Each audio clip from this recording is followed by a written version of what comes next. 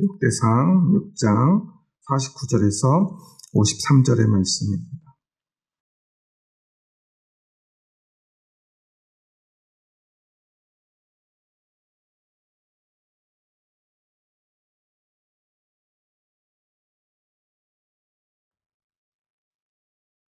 다 같이 한 목소리를 받도록 읽겠습니다. 아론과 그의 자손들은 번제단과 향단 위에 분향하며 제사를 드리며 지성소의 모든 일을 하여 하나님의 종 모세의 모든 명령대로 이스라엘을 위하여 속죄하니 아론의 자손들은 이러하니라. 그의 아들은 엘르아사리요, 그의 아들은 비느하스요, 그의 아들은 아비수아요, 그의 아들은 붓기요, 그의 아들은 우시요, 그의 아들은 스라이아요, 그의 아들은 무라요시요, 그의 아들은 아마랴요, 그의 아들은 아이두비요, 그의 아들은 사독이요, 그의 아들은 아이마스이더라. 아멘. 오늘은 아론의 자손에 대해서 다시 한번 기록되어 있는 말씀입니다. 사실은 앞에서도 한번 언급된 말씀인데요. 다시 한번 아론의 자손들을 특별히 사독과 아이마스까지 이어지는 그 계보에 대한 기록을 남깁니다. 왜 그럴까요? 이스라엘에는요, 두 종류의 지도자 그룹이 있어요. 먼저 정치적인 지도자는 어떤 지파에서 나오죠? 왕은 어떤 지파예요? 유다 지파죠. 누가 유다 지파예요? 왕 중에 우리가 유다 지파 제일 잘 아는 왕 누구죠? 다윗 왕이 유다 지파겠죠.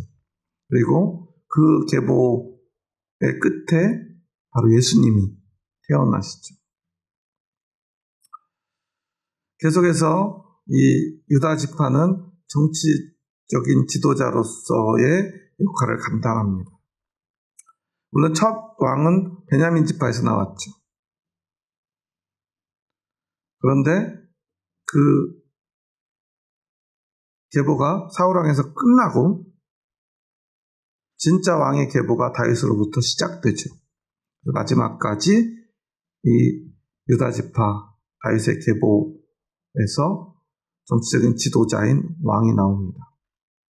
물론 아마 지금과 같은 선출직이어도 유다 지파에서 대부분 왕이 되었을 가능성이 높아요. 왜 그러죠? 유다 지파가 인구수가 가장 많아요. 땅도 제일 넓고요. 그러니까 만약에 서로 자기 지파에서 왕이 되겠다고 하면 결국 누가 돼요? 유다 지파가 왕이 될 수밖에 없는 구조이기도 해요. 그런데 중요한 것은 정치적인 지도자로 다윗을 세우신 분도 하나님이시고, 그리고 그의 후손들에게 영원한 왕위를 약속하신 분도 하나님이에요. 유다 지파가 계속해서 이 정치적 지도자의 역할을 감당할 수 있었던 것은 그들이 힘이 세어서가 아닙니다. 하나님이 약속하셨기 때문이에요. 마찬가지로 두 번째 지도자 그룹이 있는데 영적인, 종교적인 지도자의 역할을 감당하는 지파가 있습니다. 바로 레위 지파죠. 그런데 오늘 본문에 보면은 이 레위 지파는 무슨 일을 하는 사람들이죠? 성막에서 봉사하는 사람들인데 그 중에서 가장 중요한 역할을 하는 사람이 누구예요? 대제사장입니다. 교회에서 제일 높은 사람은 누구죠? 목사님인가요? 장로님인가요? 우리가 세상에 이런 표현을 해도 되죠. 그렇지만 너무 절여져 있는 것 같아요. 요즘 아이들 표현을 보자면 너무 세상적인 관점으로 우리는 교회를 바라봐요. 대제사장은요, 성막에서 가장 높은 사람이 아니라 가장 중요한 사람이죠. 우리는 그 차이를 알아야 돼요. 교회에서도요, 목사는 제일 높은 사람이 아니에요. 그런데 중요한 사람이긴 해요. 그렇죠? 왜 그러죠? 이게 중요해요. 그러니까 높은 사람이라고 하는 것은 어떤 거죠? 세상적으로 보자면 높은 사람에게는 가장 먼저 주어지는 게 있어요. 그게 뭐예요? 권한이에요. 그것을 사람들은 권한이라고 안 하고 뭐라고 그래요? 권력이라고 하죠. 힘이 있어요.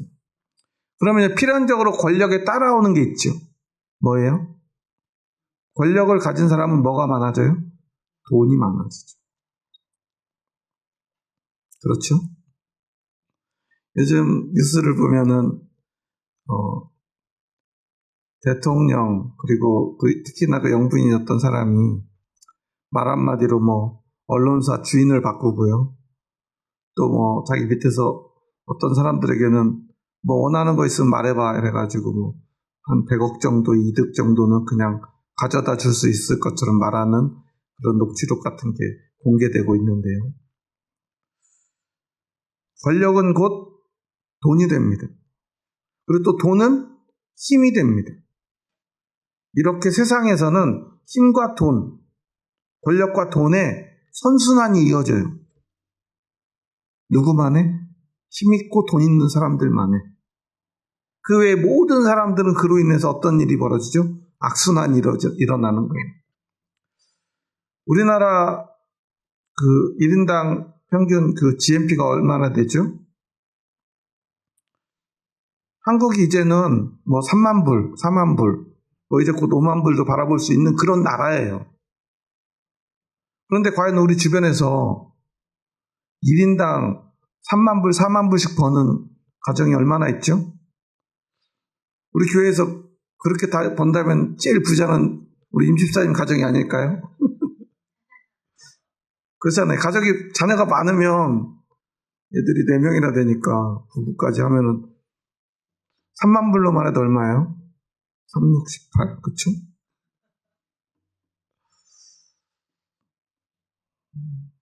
(1년에)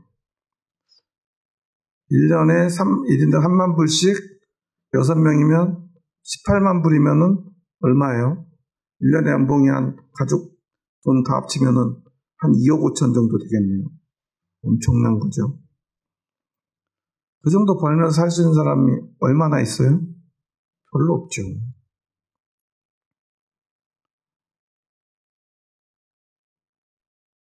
왜 그래요? 어떤 특정한 사람들이 그 많은 것들을 대부분 가지고 있기 때문에 그래요. 한국의 전체 그 부를 다 합쳐서 그걸 돈으로 환산한다면 90% 이상의 돈을 10% 미만의 사람이 다 가지고 있대요. 그럼 우리 같은 사람들은 나머지 90%에 속할 텐데 90%가 어떻게 살아요? 10%도 안 되는 돈을 가지고 90%가 나눠서 먹고 사는 거예요. 그런 것을 조금 더 극단적으로 표현했던 영화가 바로 설국열차예요. 그 꼬리칸에 있는 사람들 여러분 기억나시나요? 뭘 먹고 살아요? 바퀴벌레 영양갱을 먹고 살잖아요. 물론 극단적으로 표현한 거지만 그곳에 있던 사람이 앞에 칸으로 한까지 가다 보니까 너무 충격적인 장면들이 나오죠. 그래서 한 번도 보지 못한 세상이 그곳에 있어요. 이처럼 세상은 힘과 권력에 의해서 움직여 나가요. 그러니까 뭐가 중요해요? 누가 높은 사람인가가 중요해요. 그러니까 누가 높은 사람이 돼야 돼요? 내가 높은 사람이 되거나 내 편인 사람이 높은 사람이 돼야 돼요. 그래서 우리나라 대통령 선거하면은 어떡하죠? 오른쪽 지방 사람이 좋아하는 대통령 후보가 있고 왼쪽 지방 사람들이 좋아하는 대통령 후보가 있잖아요. 그래서 이렇게 투표 결과 나오면은 지도를 딱 보면은 한쪽은 빨간색, 한쪽은 파란색 딱 나눠지잖아요. 왜 그래요? 내 편에 있는 사람이 힘을 가져야 우리가 조금이라도 더 잘 살 수 있다고 생각하기 때문에 그래요. 세상이 그런 건요, 어쩌면 우리가 바꿀 수 없는 것인지도 몰라요. 이미 죄 가운데 빠진 인간은요, 힘과 권력이 있으면 그것을 남에게 나눠주지 않아요. 저는 정치 이런 현장에서 나오는 말들 가운데 제일 한심한 말이 이거예요. 예전에 제가 어렸을 때, 제가 몇 번째 투표인지 잘 기억 안 나는데 아마 제가 어렸을 때니까, 젊었을 때니까 한 20대 때 김대중 대통령이 대통령으로 당선되던 때 대통령 선거에서 그 반대쪽에서 이런 말을 많이 했어요. 김대중이 대통령 되면 우리나라를 누구한테 갖다 바쳐요? 김일성한테 갖다 바친다고, 김정일한테 갖다 바친다는 말을 했어요. 그런데 세상에 그렇게 한심한 말이 어디 있어요? 우리나라가 북한보다 100배는 잘 사는데, 만약에 혹시 김대중 씨가 김일성이 내려보낸 간첩이라 할지라도 저라면 나를 보낸 사람이 나보다 100배는 가난한 나라의 대통령이고 내가 그보다 100배는 잘 사는 나라의 대통령이 되면 그때부터는 모른 척 할 것 같아요. 안 그래요? 어떤 바보가 그렇게 힘들게 죽을 고비를 수십 번 넘기고 힘들게 그 권력을 잡았는데 그걸 그냥 갖다가 바칩니까? 갖다 바쳤나요? 갖다 바치지 않죠. 노무현 대통령이 될 때도 그 말이 나왔어요. 빨갱이라고 그랬어요. 문재인 대통령 때도 그 말이 똑같이 나왔어요. 신기하게도 한 번도 갖다 바치지 않더라고요. 이재명도 빨갱이라고 그랬어요.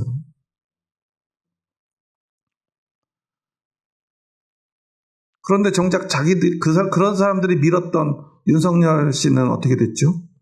북한한테 전쟁 좀 일으켜달라고 요구하다가 안 되니까 드론 보내가지고 전쟁을 어떻게든 일으켜보려고. 그게 바로 북한에다가 나라를 갖다 바치는 거 아닙니까? 참 이상한 일이죠. 그러니까 세상의 방식으로 봐도 이상한 말들이에요. 그런데 그런 말들이 왜 나오는지를 우리는 생각해 봐야 돼요. 그렇게 모함을 해서라도 그 권력을 그들에게 주지 않으려고, 내가 뺏으려고. 그게 세상의 방식이에요.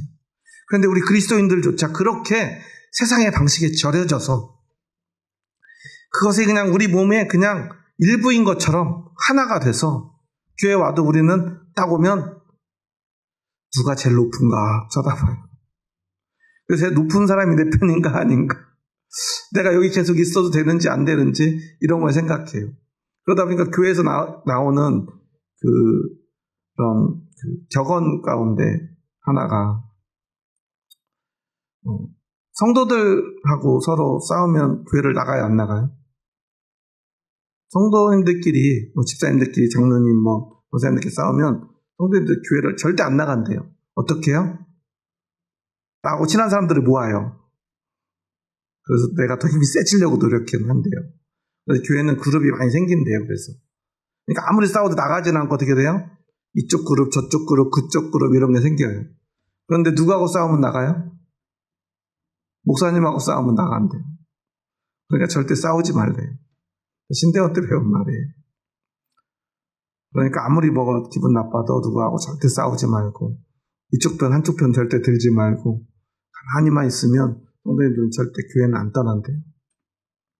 그러니까 하지 말고, 누가 옳다 그러다 말도 하지 말고 가만히만 있어요. 그래서 저는 참 한심했어요. 교회는 누가 옳은지 그른지 말해야 되는 곳입니까? 말하면 안 되는 곳입니까? 교회는 말해야 되는 곳이죠. 안 그래요? 세상은요, 정치하는 사람들은 누가 옳다 그러다 말하면 돼요, 안 돼요? 요즘 청문회 같은 거 보면 어때요? 다들 말을 어떡하죠? 그걸 그런 식으로 표현하더라고요. 바보 전략이라고 하더라고요. 청문회 나오면 다 바보가 된대요. 장관이든 이번에 대법관도 나왔는데 다 바보 같아요. 모르겠는데요? 아이고, 네? 생각이 안 나는데요? 그런 머리로 어떻게 그 자리에 올라갔는지 도저히 납득이 안 되는 말만 해요. 그렇게 어떤 말도 하지 말아야 나중에 뒤탈이 없대요. 세상은 그래야 살아남을 수 있어요. 그런데 교회는 어때요? 누가 옳은지 그른지 분명히 말할 수 있어야 돼요. 왜 그래요? 우리에게 옳은 것은 오직 하나님 한 분밖에 없기 때문에 그래요. 오직 하나님이 옳다고, 하나님이 맞다고 우리는 얘기할 수 있어야 돼요. 누구 말이 맞느냐? 하나님 말씀이 맞다고 말할 수 있어야 돼요. 예수님만이 진리라고 말할 수 있어야 돼요. 그렇지 않습니까? 또 이렇게 얘기하면 또 절에 가서 불 지르고 절에 가서 찬송가 부르시는 분들이 계실 텐데 그런 얘기가 아니죠. 예수님이 옳다는 거지 우리가 그렇다고 절에 가서 막 탑에다 불 지르고 남의 종교에 가서 찬송가 부르고 그러면 되겠습니까? 그럼 어떤 일이 생길까요? 우리 예배 드리는데 스님이 와가지고 목탁 두드리고 있으면 어떡해요? 서로 전쟁하는 거죠. 왜 우리가 그럴 수 있다고 생각하고 그들이 우리한테 그러진 않을 거라 생각하는지 모르겠어요. 우리가 그렇게 하면요 그런 일이 생기는 거예요, 세상에서는. 그래서 우리는 그들을 존중하는 것입니다. 목사님들도요 절에서 하는 말이 다 옳다고 말하는 사람은 아무도 없겠죠. 그냥 우리는 예수님을 믿는 사람이니까. 그렇다고 그들과 싸울 필요는 없잖아요. 그들을 이렇게 무시하고 경멸해서는 안 되죠. 그래서 우리가 구분할 줄 알아야 되는데 그럼에도 불구하고 교회는요 아무리 성도님들이 나간다 하더라도 무엇이 옳은지를 얘기할 수 있는 곳이어야 돼요. 저도 누가 맞다 틀리다는 말을 잘 안 하는 편이긴 하지만 그래도 만약에 참 진리를 벗어나는 이야기를 하는 사람이 있다면 저는 그것이 옳은지 그른지 이야기할 수밖에 없습니다. 혹시 교회를 떠나더라도 말이죠. 우리에게 중요한 것은요 누가 더 높은 사람이냐가 아니에요. 그 사람이 누구 편을 드냐도 아니에요. 목사는요 교회에서 그래서 제일 높은 사람이 아닙니다. 그렇게 높고 낮음으로 굳이 따진다면 제일 낮은 사람이죠. 저는 큰 교회에 있을 때는요 목사님이 제일 높은 사람인 줄 알았어요. 저도 실제로 그러니까요. 근데 제가 개척을 해보니까요 목사가 제일 낮은 사람이더라고요. 그렇게 돼요. 그러니까 교회가 커지니까 교회가 비정상적으로 커지니까 목사들이 높아지는 거예요. 여러분 생각해보세요. 가난한 교회 목사님들은요 높아질래야 높아질 수가 없어요. 높아질 힘이 없어요. 그냥 모든 성도들의 눈치 보고요 그냥 늘 인사하기 바빠요. 제일 낮은 곳에 있을 수밖에 없어요. 그래서 저는요 가난한 교회 목사님들이 그래도 큰 교회 목사님들보다는 천국에 갈 확률이 훨씬 높다고 생각해요. 부자가 아니라 갈 수 있는 것도 있지만 겸손하기 때문에 그래요. 그 사람이 겸손해서가 아니라 겸손한 자리에 있기 때문에 그래요. 사실 가난한 교회 목사님들이 더 훌륭한 분들이 아니에요. 그런데요 제가 가난한 교회 목사님과 큰 교회 목사님 만나면요 누가 더 거만해요? 악수하는 것부터 달라요. 저는 한 중간보다 조금 부족한 정도라고 저는 생각하는데 많이 부족하다고 생각 안 하는데 우리 노예에 있는 모든 교회 중에 근데 제가 항상 가서 목사님들 만나서 악수를 하다 보면 인사하고 악수도 하다 보면요 딱 나는 이분은 어느 정도 교회 목사님이겠구나 하는 거를요 악수만 해보면 다 알 수 있어요.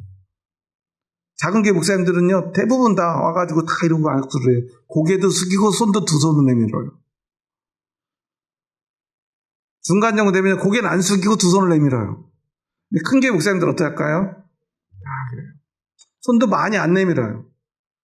자기 앞에 손을 놓고 내가 가서 잡아야 돼요. 이 사람은 큰 교회 목사인가 보다. 잘 몰라도 알 수 있어요. 근데 그분들이 더 나쁜 사람이라가 아니에요. 모두가 우리는 죄인이에요. 하지만 더 교만한 자리에 그가 서 있는 것이고요. 그런 환경 속에서 오늘 살고 있는 거예요.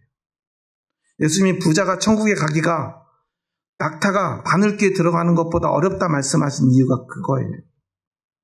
우리는 모두 죄인이지만 더 가지고 더 힘 있으면 더 죄를 짓고 하나님 없이 살 수 있기 때문에 그래요.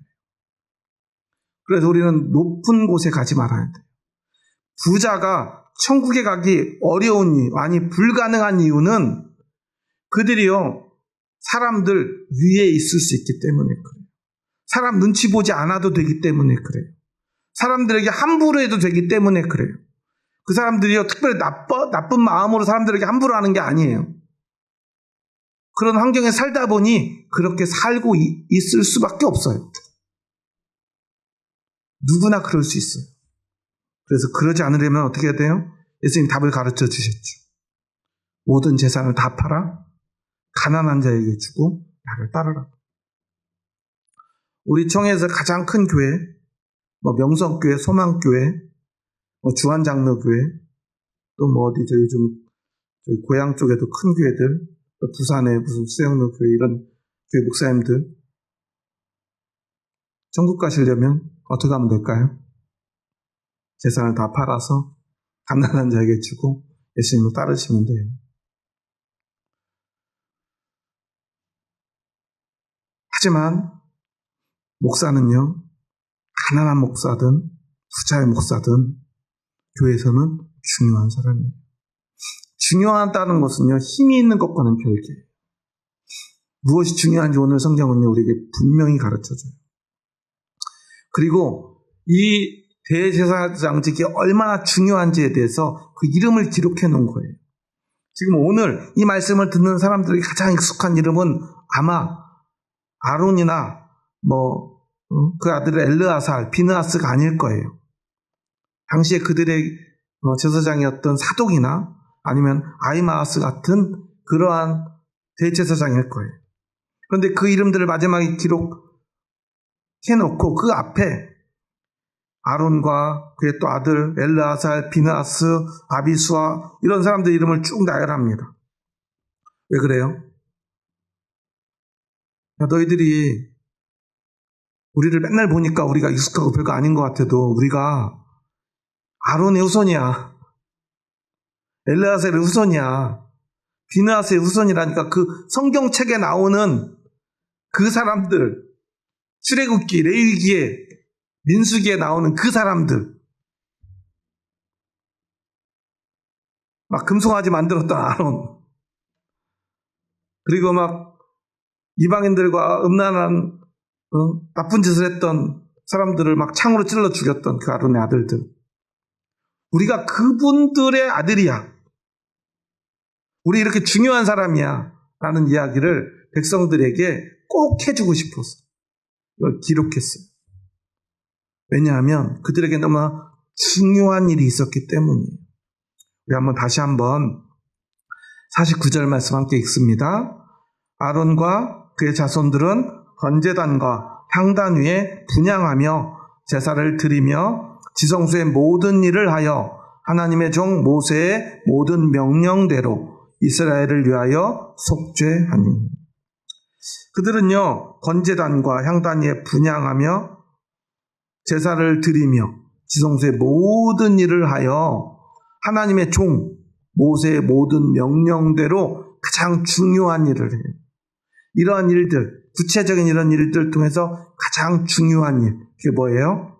이스라엘을 위하여 속죄하는 일을 해요. 이 속죄, 코페르라고 하는 단어는요, 덮다는 뜻의 카파르에서 파생된 말이에요. 그러니까 속죄라는 건 뭐 하는 거예요? 덮어주는 거예요. 뭘로 덮어줘요? 희생제물의 피로. 백성들의 죄를 덮어주는 일을 하는 사람입니다. 왜 덮어줘야죠? 덮어줘야, 그 죄가 덮여져야 우리는 하나님의 영광 앞에서 죽지 않고 살아서 하나님의 백성으로 살 수 있기 때문입니다. 그 덮는 일을 누가 해요? 대제사장이에요. 속죄하는 일. 대제사장은요, 높은 사람이 아니에요. 힘을 가지고요, 네 편 내 편 나누는 사람이 아니에요. 하나님과 사람 사이에서 속죄의 사역을 하는 사람.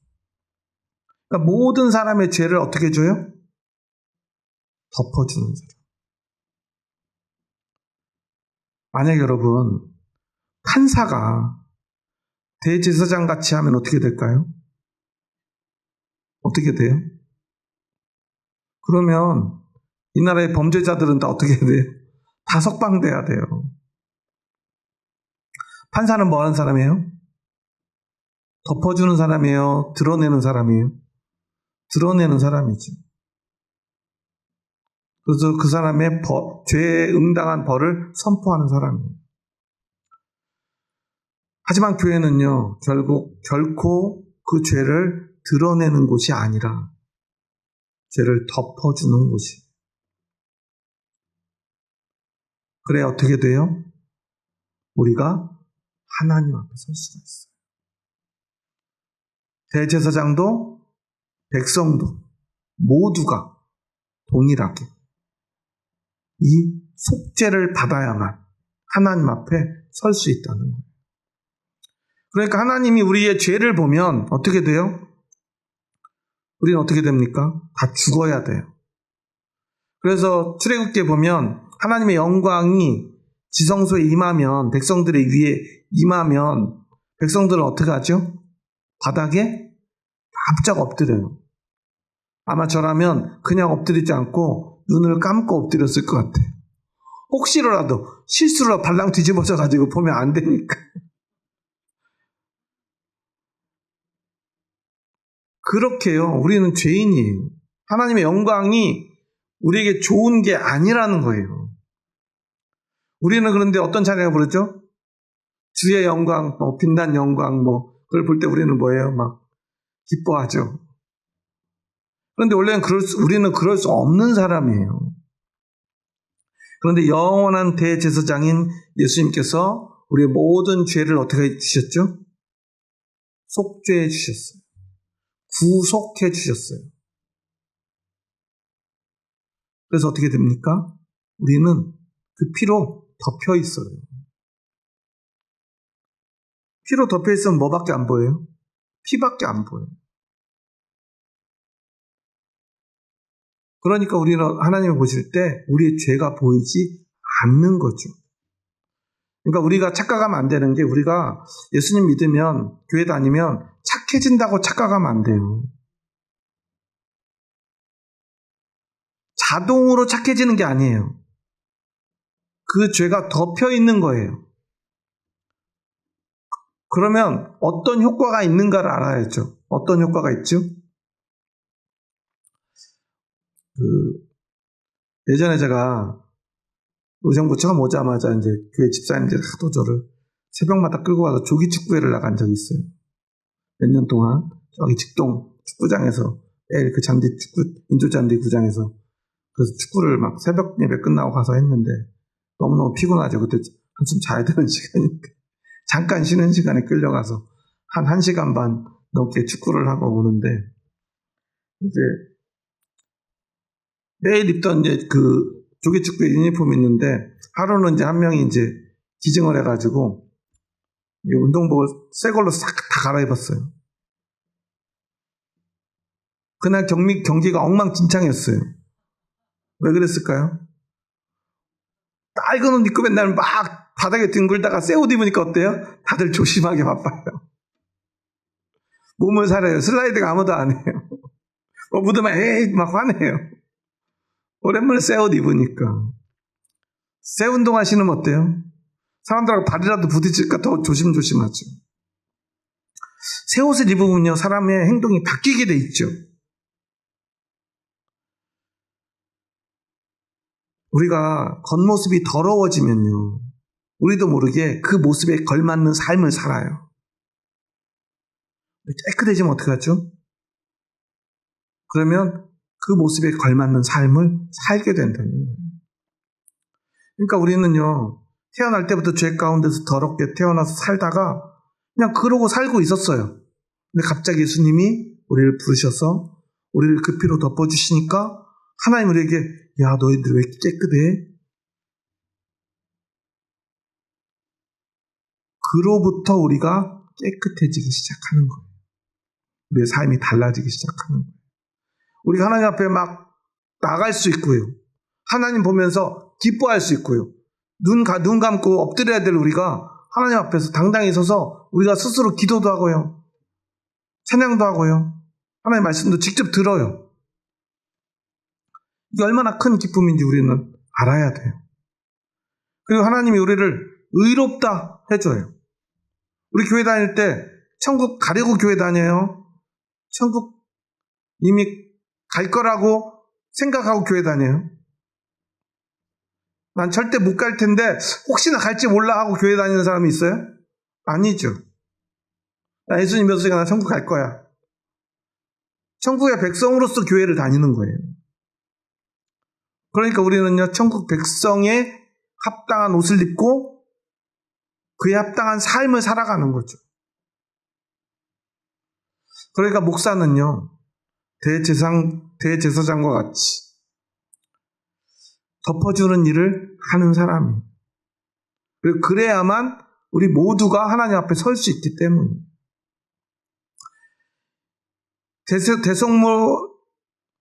대속물의 희생으로 인간의 죄를 덮어 안 보이게 하는 그 일을 감당했던 대제사장들이 레위인들 중에서 그리고 이스라엘 백성들 중에서 가장 중요한 역할을 감당해요.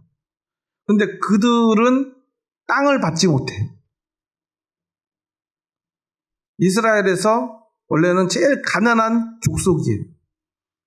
왜냐하면 자기 땅이 없으니까. 제일 높은 사람이라면 어떻게 돼요? 제일 많은 땅을 가져야죠. 그러니까 12지파 중에 제일 많은 땅을 가진 지파가 어디예요? 정치적 지도자는 어떤 지파? 유다지파. 유다지파가 그러니까 제일 많은 땅을 가지고 있잖아요. 그러니까 정치적 지도자는요, 권력이 있어요. 높은 사람이에요. 그런데 대제사장은 어때요? 높은 사람이 아니에요. 중요한 사람이지. 목사는 왕입니까? 아닙니까? 목사는 왕이 아니죠. 그러니까 목사는 권력을 가지면 안 돼요. 목사는 땅을 가지면 안 돼요. 대신에 레위인들은, 제사장들은 온 백성이 그들을 섬겨야 했어요. 그들은 하나님을 섬기고요, 하나님 앞에 나가서 백성을 덮어주는 일을 하면 백성들은요, 그들을 먹여 살려야 했어요. 근데 오늘 교회를 보면 어때요? 목사는요, 스스로 힘을 가지고요, 왕이 돼요. 성도들은요, 왕이 된 목사에게는요, 굽신거리고요, 잘 섬겨요. 왜 그래요? 그에게 힘이 있으니까. 국회의원 선거철에 되면 국회의원들이 제일 먼저 인사하는 곳이 어디예요? 그 지역구에 제일 큰 교회 목사님들이에요. 감사하게 우리 교회는 아무도 안 찾아오더라고요.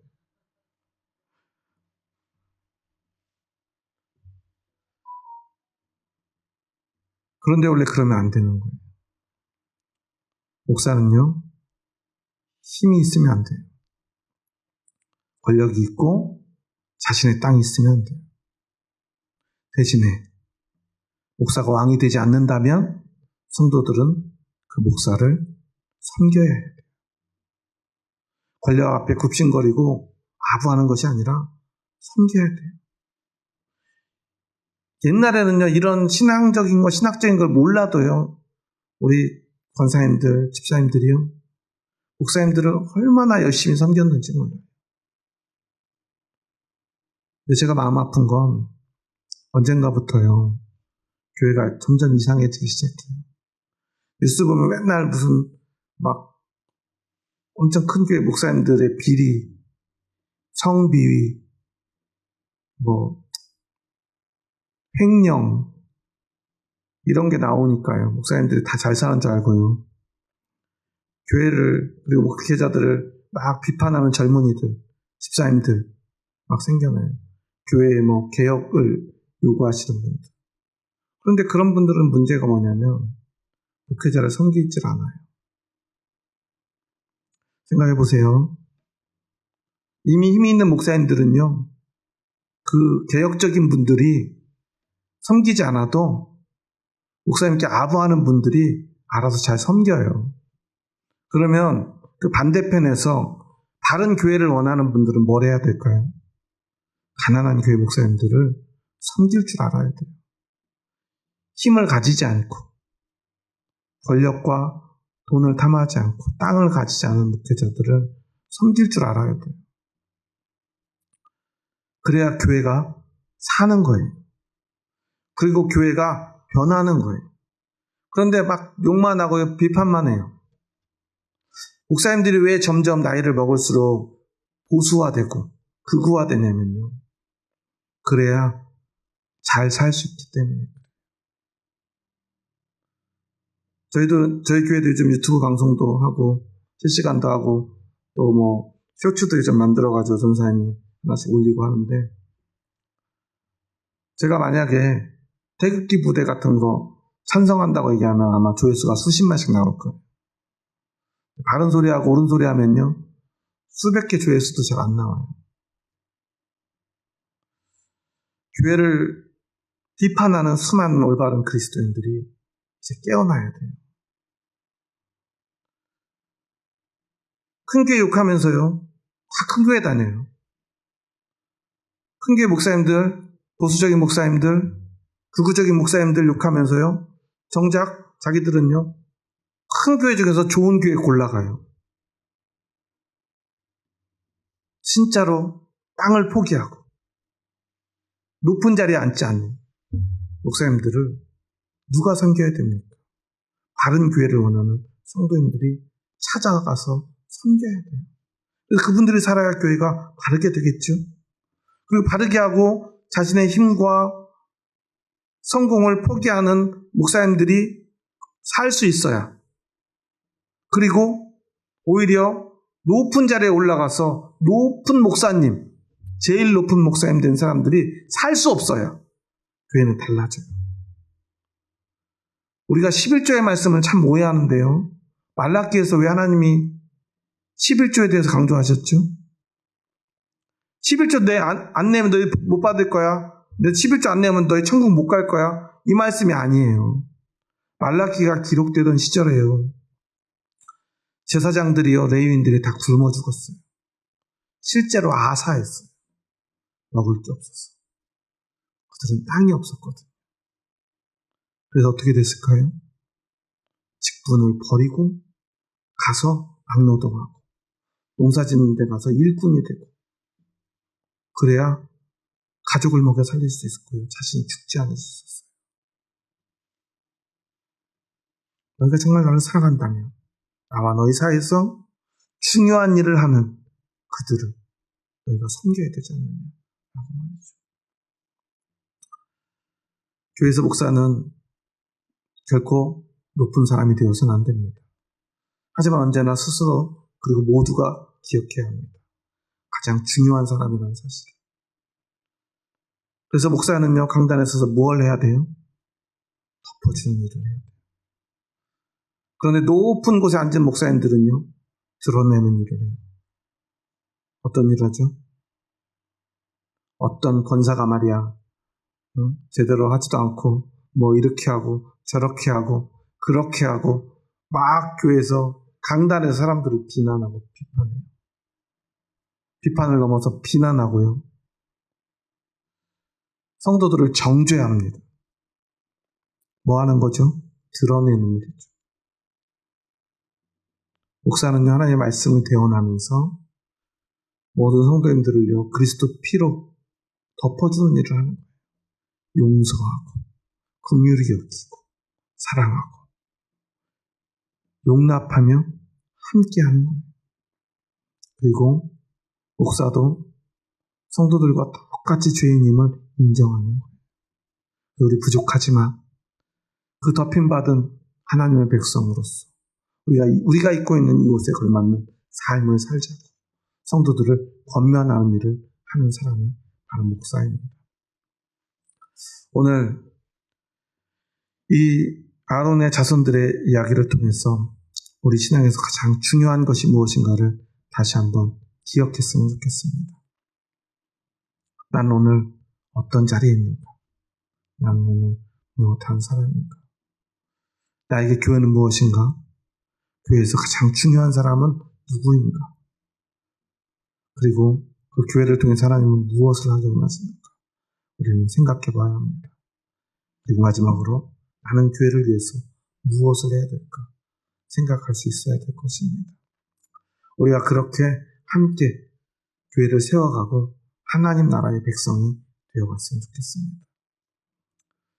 이스라엘 백성에게요, 대제사장은 어떤 의미냐면요, 이스라엘 백성을 이스라엘 백성 되게 하는 유일무이한 사람이에요. 그래야만 그들이 하나님의 백성이 될 수 있기 때문이에요. 저는 예전에 개척했을 때 그런 얘기를 많이 했어요. 제가 예수정원교회를 이렇게 개척을 했는데, 저는 아무것도 아니지만 예수정원교회의 얼굴은 윤석현, 바로 나다. 바로 제가 얼굴이다. 라는 얘기를 많이 했어요.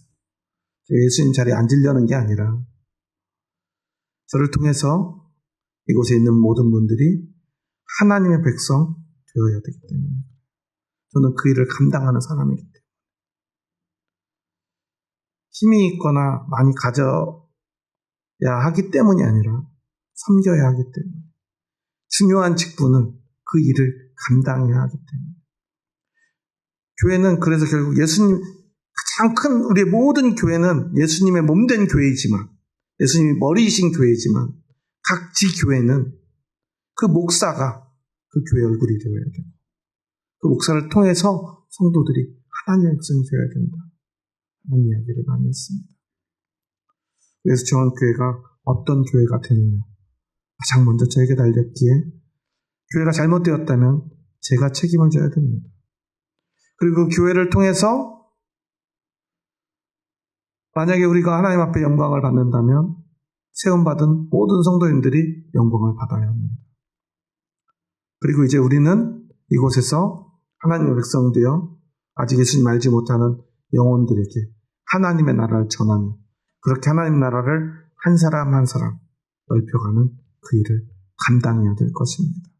오늘 앞에서 우리가 찬양한 그 부흥 찬양처럼 우리가 이곳에 하나님의 나라가 되게 하고 하나님의 나라를 넓혀가는 그 부흥의 그 불길을 이 땅 가운데 지펴가는 하나님의 백성 될 수 있기를 주님의 이름으로 축원합니다. 기도하시겠습니다.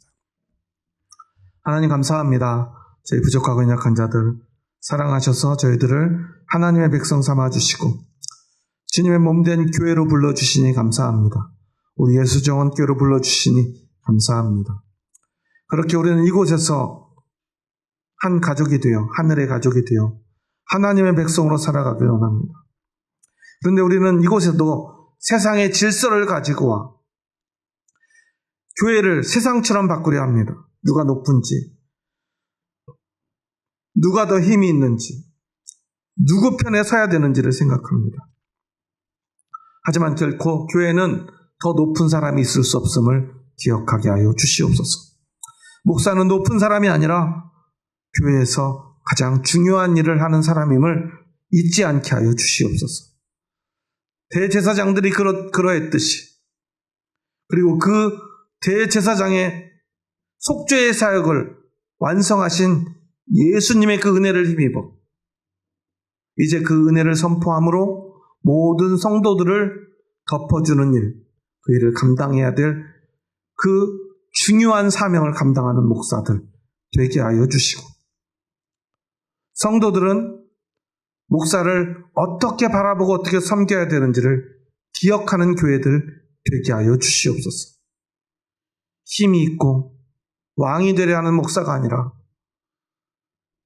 땅을 가지지 못하고 높은 자리에 앉지 않고 중요한 직무를 감당하는 목사들을 바르게 섬길 수 있는 성도님들 되게 하시고 목사들은 강단에 서서 성도들의 부끄러움을 드러내는 죄를 범하지 않게 하시고 그들을 향한 하나님의 그 사랑과 용서를 선포함으로 예수 그리스도의 피로 그 모두를 덮어줄 수 있는 직무를 감당케 하여 주시옵소서.